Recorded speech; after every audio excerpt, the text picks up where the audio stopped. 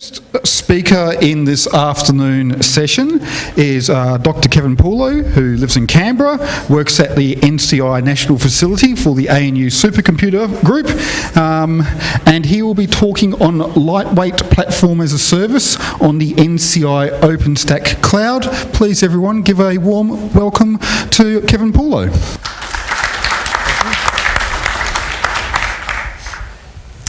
Thanks. So the work that I'm going to be presenting today is joint work also with Michael Chapman, who's in the middle there.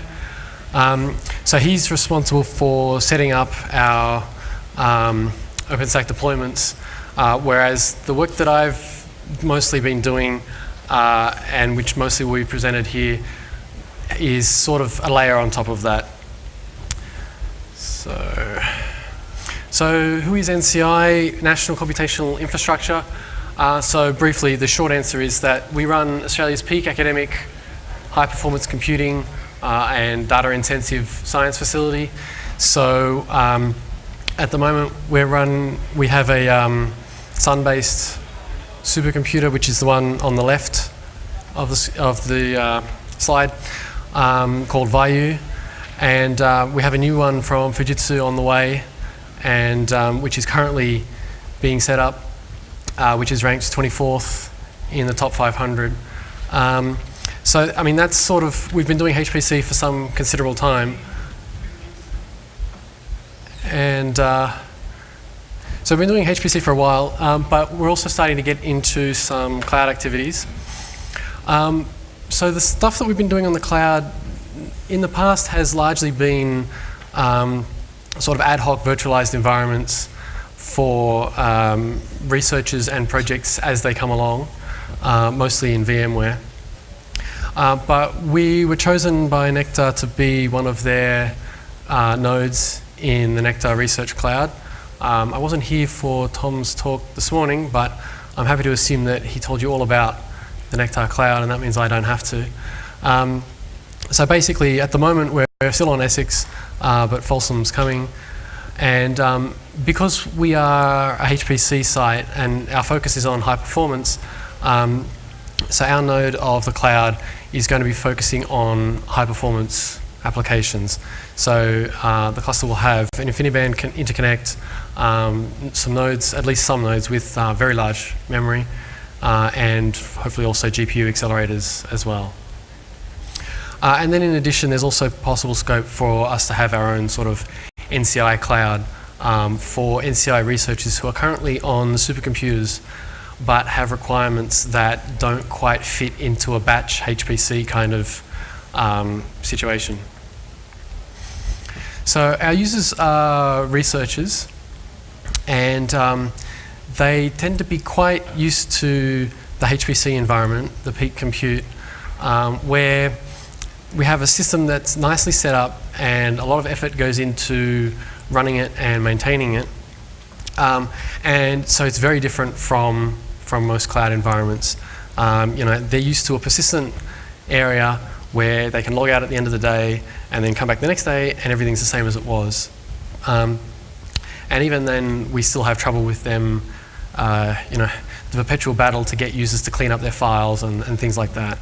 So we know that we need some sort of cloud solution for the corner cases and the situations where HPC is, direct traditional HPC is not applicable. But just handing them IaaS and saying, you know, here's your infrastructure, off you go now, for most researchers is just not going to work. The majority of them would struggle and would end up basically tying themselves in knots. So we realized quite early on that we needed to augment our OpenStack deployment with something on top, something to give researchers just a bit of structure so that they don't tie themselves up. But at the same time, we still like very much the idea of that. I mean, the whole point of cloud services is that the users are supposed to own the service, and you know, they can run it as they see fit. So we want to do this in a way which still allows them to do that and doesn't increase our support burden. And as well as pure sort of HPC compute requirements, we do have quite a number of projects actually, and especially for the Nectar things where it's all about collaboration and very frequently about web services and stuff like that.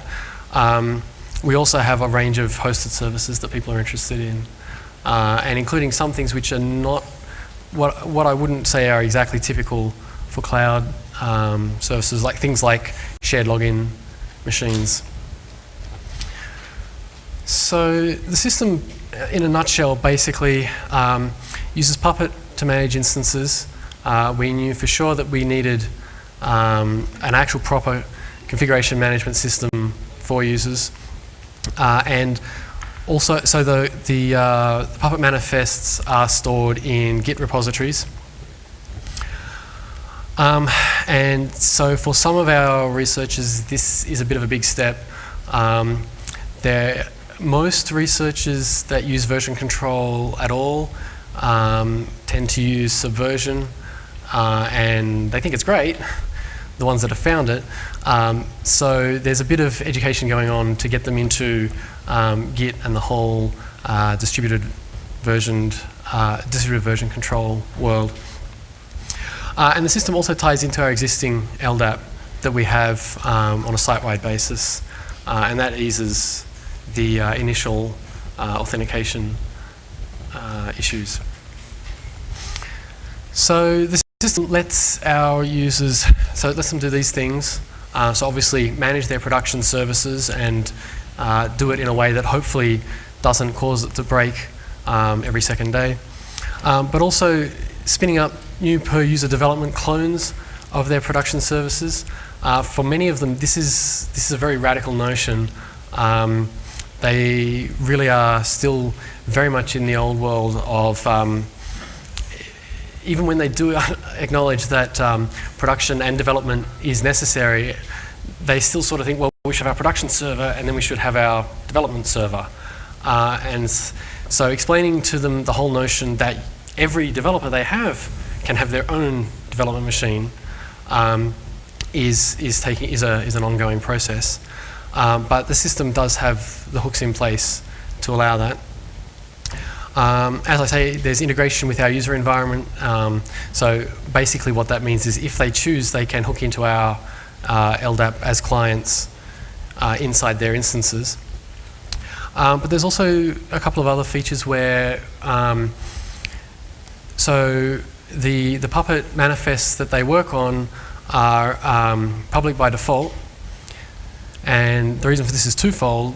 One is so that we can collaborate with them and get them in the idea that the services they're trying to stand up should be mostly generic and that they should be doing best practice where their site or project-specific information is stored in variables which are separate from the generic Puppet manifests. And this is again so that as sort of hinted at by the last point, partly so that we can leverage off what they're doing so that if one project needs, say, a Threads server, and they write a Puppet Threads module, then we can use that for other projects that come along and want Threads servers as well. But at the same time, Puppet manifests also need to keep sensitive information like passwords and so on private. So we've got a system for allowing both of these competing requirements that otherwise users may not have been able to do. And of course also we sometimes, even though these are services that are managed primarily by the users, we do occasionally need to push out updates. And so there's a way, we're basically educating them in how to use Git in order to do that. So the main components that I'll go through during my talk will be, so first how we go about using Puppet in our multi-tenant situation, followed by looking at using Git and Gitolite for storing Puppet configs. And then we have a wrapper around Nova Boot, again because of this idea that just doing things in a raw manner is probably, in a plain standard IIS, is probably a bit too raw for researchers. And then finally, a bit about how users go about updating instances. So for our multi-tenant Puppet, so most sites run Puppet using Puppet Master and Agent, but in our case, that's not really applicable, not really appropriate. So we have lots of different projects, and each one is a tenant. And so each one is sort of its own site with researchers from often a variety of institutions. And even just the issue of dealing with Puppet keys is pretty much a bridge too far. These are users that get befuddled by SSH keys and that often will commit security faux pas just by messing up the SSH key configuration. So trying to tell them, oh no, you have to set up your Puppet keys and have a master and an agent per instance is a bit much. So we're running in an agentless way, and so that's why I'll talk at the end about updating instances. So at the same time, we still want to try to make sure that users actually use the framework that we give them. So we want to discourage ad hoc on-host config updates. The situation that we have with our current deployments is that projects will come along and they'll have requirements, so we'll set up some VMs for them and get them going. That'll be documented and stored on a wiki or something like that, but that's pretty much the end of it. And then from that point onwards, the management is completely ad hoc. So for any given VM, it's hard to tell how it's configured, why it's configured that way, and any documentation on it is almost certainly out of date.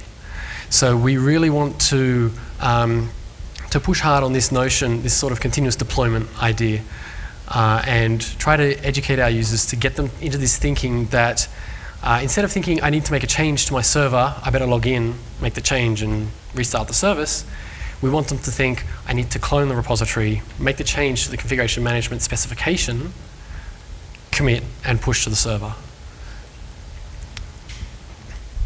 So to facilitate that, we're planning on having Git hooks so that when those pushes do happen, the changes automatically get pushed out onto running instances. And so this is sort of the replacement for the Puppet Master and Agent, the more typical setup. So we're using Git and Gitolite in particular for our access control. Gitolite is very good. And perhaps even more interestingly, we're not using its native SSH key management. So Gitolite has a system which works roughly along the same lines as how GitHub does, in the sense that you SSH to git at host, and then based on the key that you've used to authenticate, it figures out who you are. And most Gitolite installs use that, but we don't. We've written some additional hooks for Gitolite so that it can hook into our existing LDAP logins. So this is very good because we can just tell our users, you can log into our repository machine using your standard NCI username and password, which you already have, and then access over SSH a self-service key management system. So it does work in a similar way to GitHub, although with the main distinction, I guess, being that the key management is done over SSH and not over the web. And so then there's a main NCI/Puppet repository, which is our sort of base repository that users can then clone. Gitolite has an interface that lets them manage their own, manage the permissions on that, so who can access their repository if they choose to, although they can't. Well, the main requirement, the main reason for this is so that they can control who can commit to master. So users can all commit into and push into branches starting with their own username. And so that in this way, this is how we're sort of allowing the developers inside projects to have their own area with a zero setup on our part and still be able to collaborate and work together and then still have some kind of gating, even if that's just human gating, on the Puppet code that gets into master, which will normally be the code that corresponds to running services. So by default, so repositories live under the namespace p/ and then the tenant name. Gitolite lets users create repositories as they see fit within that namespace. So as I mentioned before, these are publicly readable, where public means anyone with an NCI account, but only read-write for tenant members. And that's specified using Unix groups, or rather LDAP groups. But then there's a separate private namespace which lives under p tenant private, and that's only visible to the tenant members. And then to tie these two areas together, the main Puppet repository has a Git submodule usually called private, and that actually lives inside this private Git namespace. So now the main Puppet repository can have a symlink into files in the private repository, and that's where they can define sensitive information like database passwords or SSH private keys, things like that. And this is what lets projects have public generic definitions for their Puppet configuration, while still having site or tenant project specific configuration that's kept private where necessary. And so we have full access to both of these sets of repositories, basically so that we can help with user assistance when it's required. So the typical modules that we provide as part of the NCI Puppet repository are things like client access for our LDAP setup. So if users would like something, for example, like a shared login server, where users who have NCI accounts can log into their instance directly using their NCI password, they can become a client to our LDAP server, which facilitates that. Usually then they're not interested in having any random NCI user be able to log on. They want to restrict it just to members of the particular tenancy. So we have a module for using PAM access to control login access. And both of these are very simple for researchers to use. It's basically a case of defining a Puppet class and specifying the list of users and groups along those lines, and not much else. And there are various other things that they often want, things like sudo sometimes for these shared login servers, various installed packages for services, Apache, Tomcat, Threads, often Python and CPAN modules are commonly requested. At the moment, our deployment doesn't have working volumes. That's something that's in progress. But most of these projects do need some sort of persistent storage, even if it's for something as simple as just home directory storage on a shared login server. So in lieu of that, we have a simple way for them to access NFS file systems, which can be either just dedicated for that particular production instance, that's the best scenario for things like /home and /var. But it also can include NFS access to things such as the HPC file systems from the peak compute machines.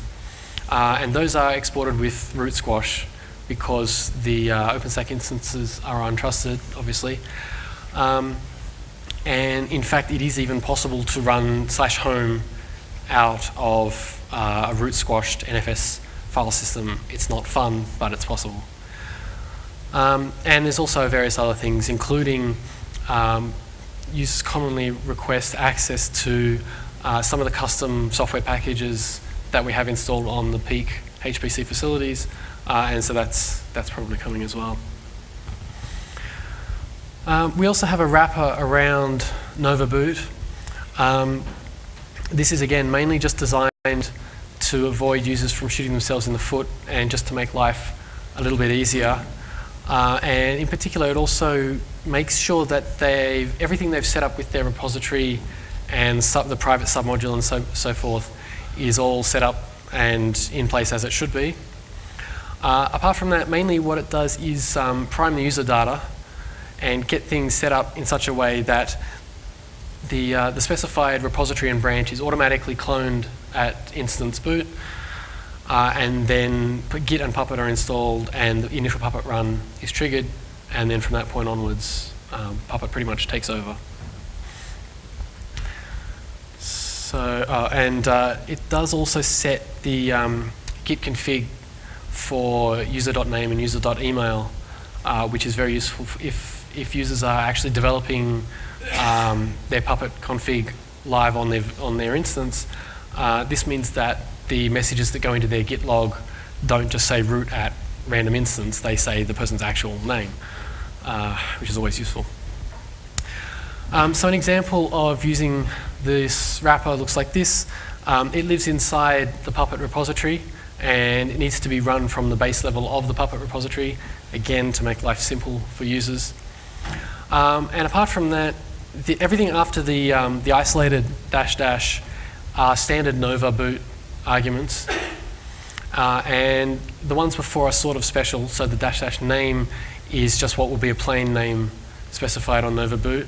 And we encourage our users to use fully qualified domain names because that helps them to keep things in a sensible order. And apart from that, you simply specify the repository where the Puppet configs live, a branch, if this is a user's development branch, and if the instance is to have a floating public IP, then you can specify that as well. And that helps with users standing up their images quite a lot, standing up their instances. In terms of updating, at the moment the system's not fully complete yet, and users do still need to manually push their changes to the repository server and then basically log in and trigger a Puppet update. There's a convenient script to do that called Puppet update, and the only reason for this is that things are not quite as simple as just running Puppet apply. And in particular, they're not quite as simple as running git pull, git Puppet apply. The submodule means you need to do a git submodule update. And at that stage now, it's a bit complicated to start telling users to run all of that, so we tell them just to run the standard script. But the idea is that eventually this script should be run automatically, as I mentioned before, by Git hook. Git hooks when users push changes to the central repository. And the way that this should be able to work at reasonable scale, again without needing a Puppet master and agent, is that running instances should be able to log in to the repository machine and then register, hey, this is the repo that I'd like to watch, and the repo and branch, and be notified of any changes that get pushed. And then the Git hook can notify all subscribed instances when changes come along, and that this should be able to be done using Unix domain sockets with a simple daemon to just relay messages back and forth between the Git hook and the running instances. So, thank you very much. Any questions or comments? Yes. I've got a couple of minutes, right? It puzzles me that people who don't understand how to use SSH keys are going to write Puppet configs. I just don't get it. Okay, so yeah, so these are researchers who are primarily, I mean, they're scientists and social scientists and stuff like that. And I mean, PKI is a bit of a stretch, whereas for a lot of the Puppet work, so a lot of the base Puppet stuff, they're just going to be able to use the modules that we provide, and it'll just be one or two liners just saying, okay, I want, it's like going to the shops and picking what they want. But for some of them, there are some software developers, and so they are the ones that probably could handle PKI, but and those will be the ones that will be more writing the Puppet modules. Does that make sense? There's a spectrum of users. So there are the ones who... Some can come and get to you guys what they need. Yeah. Others will write their own. Yeah, so some will write their own, some will come to us for help, and some don't actually want to write any at all. They just want to take from what's there and just use it, and that's it. Yeah. So with people moving from Subversion to Git, do you hold their hands much or just throw them in the deep end and hope they swim? We hold their hands a little and give them things like cheat sheets for the operations that they're commonly used to in Subversion land and how that corresponds to Git. And we introduce them to the idea that it's distributed and try to, continually remind them that there's no central repository, even though that's very close to the model that we're running. And so far, it's been not too bad. So, encouraging, yeah. Okay, maybe I can come talk to you more about that. Sure.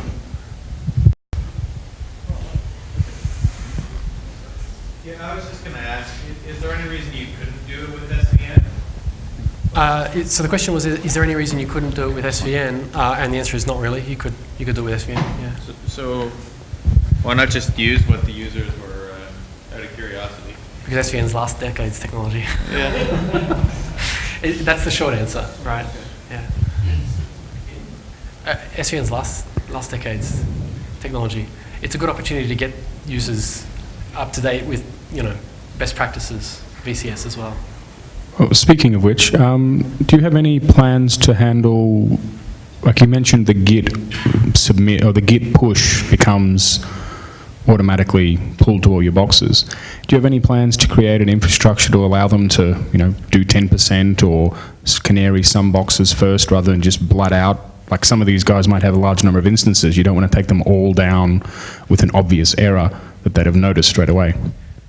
Yep, so for that case, we could do something along those lines. What we're mainly trying to do in this case, at the moment at least anyway, is educate users in the whole idea of dev test prod, right? That they should be standing up test instances. So they do the development work on development instances, test that out on test instances which are not production, but production in every way as much as possible, so that they can be confident then when they apply that to the production services. Just call it out, I'll repeat it. If there's time. Is there time? Or? The question is, why not force some form of best practices on them? Like you're saying you move Subversion to Git because it's better. Why not require them to have a test suite and a successful test box for any change before it goes to prod? Like make that a mechanical stopgap. Like you must go through the gatekeeper for a successful test. Okay, so the question or the comment is that so the comment is that why not require gating of some form, more or less. The answer is that I think that's crossing the line in terms of holding their hands, and that's a bit too much of a burden for us, in the sense that we're happy to tell them about it and encourage it, but enforcing it is, we tell them that's their problem.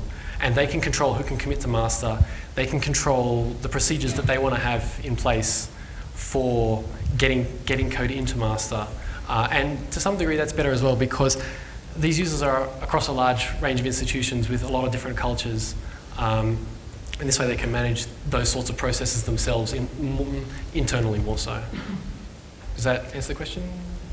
Okay, we're going to have to stop now because we have gone a little bit over time. Thank you very much, Kevin, for that very insightful presentation.